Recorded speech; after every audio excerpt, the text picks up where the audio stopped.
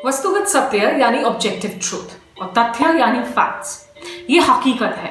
जैसे दुनिया गोल है, ये एक तथ्य है, हम और आप जानते हैं। लेकिन सच भले ही एक हो, आज खबरों और तथ्यों पर दृष्टिकोण और नजरिए की लड़ाई हावी है। मेरा सच बनाम तुम्हारा सच, ऐसा क्यों है और इसे लेकर हम क्या कर सकते हैं? इन्हीं मुद्दों पर आज बात मीडिया बुद्धि के इस एपिसोड में। हाय एवरीवन, मैं स्मिता शर्मा। कभी ऐसा हुआ कि आपने कुछ पढ़ा जिस पर आपने यकीन किया, लेकिन जल्द ही यकीन के उस गुब्बारे में कोई पिन मारने के लिए चला आता है और उस खबर को गलत करार दे देता है। मानो जितनी दफा हम किसी तथ्य पर यकीन करते हैं, कोई ना कोई विलेन करीब आ जाता है और कहता है कि यह खबर झूठ है या गलत है।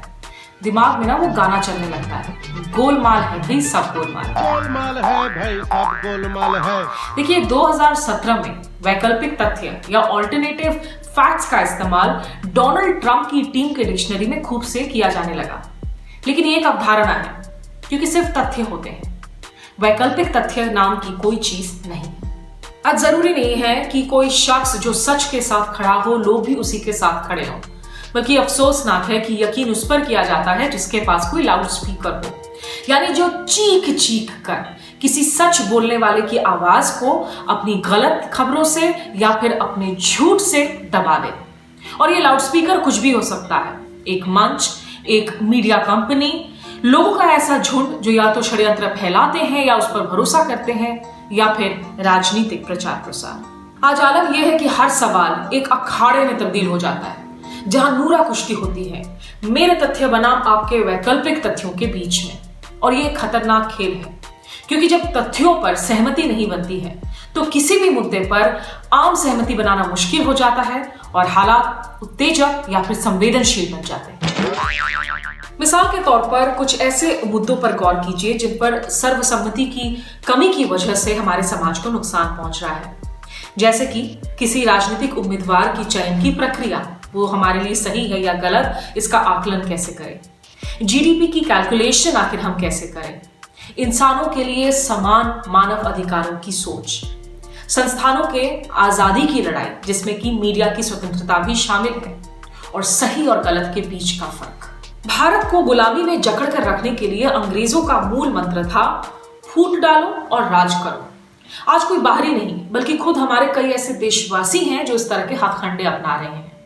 अगर कोई राजनीतिक दल या फिर किसी राजनेता के लिए कोई सच असुविधाजनक है, तो वो झूठ का सहारा लेते हैं उस सच को डुबो देने के लिए। और फेक न्यूज के कारोबारी हमें विभाजित और भ्रमित करने के लिए जो तथ्य सरल हैं और व्यापक रूप से स्वीकृत हैं, उस पर भी सवालिया निशान लगाकर हमें उलझा देते हैं। तो आखिर इन सब मुद्दों से हम जूझे कैसे, इन रणनीतियों पर भी हम गौर फरमाएंगे। लेकिन पहले मैं आपको बता देती हूं कि आखिर सत्य और तथ्य में फर्क क्या है।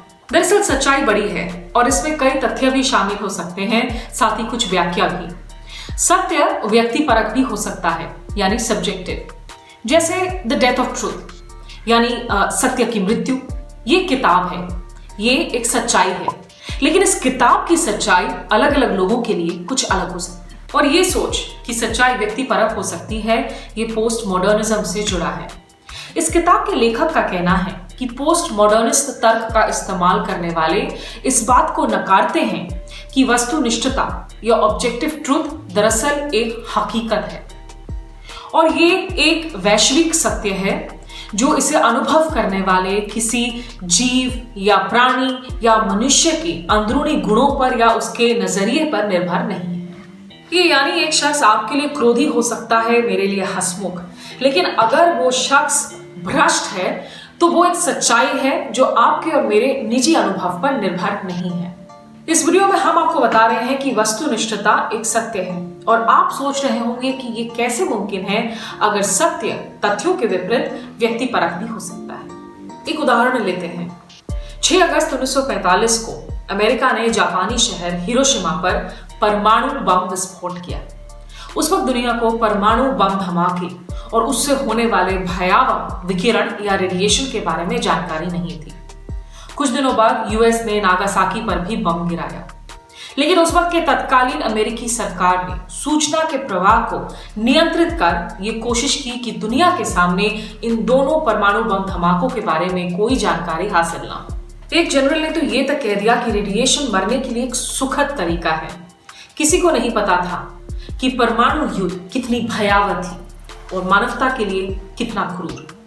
पूरी तस्वीर दुनिया को तब मालूम हुई जब जॉन हर्सी नामक एक पत्रकार किसी तरह छिपाकर हिरोशिमा में दाखिल हुए और 1 साल बाद परमाणु युद्ध के तमाम भयावह तस्वीरों को पर्दाफाश करने वाली उनकी रिपोर्ट्स को न्यूयॉर्कर मैगजीन ने पब्लिश किया।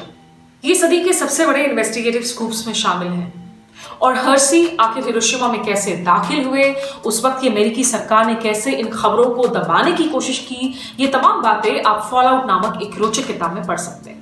हर्सी के रिपोर्टिंग के बदौलत ही परमाणु युद्ध की वस्तुनिष्ठ सच्चाई दुनिया के सामने आई और लोगों को समझ में आया कि इसे हर हाल में टाला जाना चाहिए। ठीक जैसे वॉल्टर क्रॉन्काइट की निर्भीक रिपोर्टिंग की वजह से ही वियतनाम युद्ध का सच सामने आया अमेरिकी लोगों के बीच में, जबकि उनके हुक्मरान उस वक्त इसी झूठ खबर को बेचने में लगे हुए थे कि दरअसल अमेरिकी फौज बिना किसी खास नुकसान के जीत रहे हैं, जो कि वियतनाम की सच्चाई के बिल्कुल उलट था। मेरे लिए तो इसमें यही सबक है कि अगर समाज का चौथा स्तंभ यानी कि मीडिया स्वतंत्र रूप से काम कर सके तो फिर ऑब्जेक्टिव ट्रुथ से आप भी मुखातिब होंगे। हाँ, इसमें कुछ वक्त जरूर लग सकता है, जैसे हिरोशिमा की रिपोर्टिंग में 1 साल का वक्त लग गया, लेकिन अंत में सच सामने जरूर आता है। तो आखिर हम क्या कर सकते हैं? इन 3 रणनीतियों पर गौर कर सकते हैं। पहला, हमें खुद को प्रशिक्षित करना है ताकि हम झूठी खबरों के जाल में ना फंसे। अब ये रातों रात या फिर एक दिन में तो मुमकिन नहीं है, क्योंकि हमें इस पूरे सूचना के इकोसिस्टम को समझना होगा, जिसमें काफी लंबा वक्त भी लग सकता है। दूसरा, हमें अपने बच्चों में गहन सोच के बीज बोने हैं। जितनी कम उम्र से हो सके अपने बच्चों में जिज्ञासा और वैज्ञानिक सोच को बढ़ावा दें।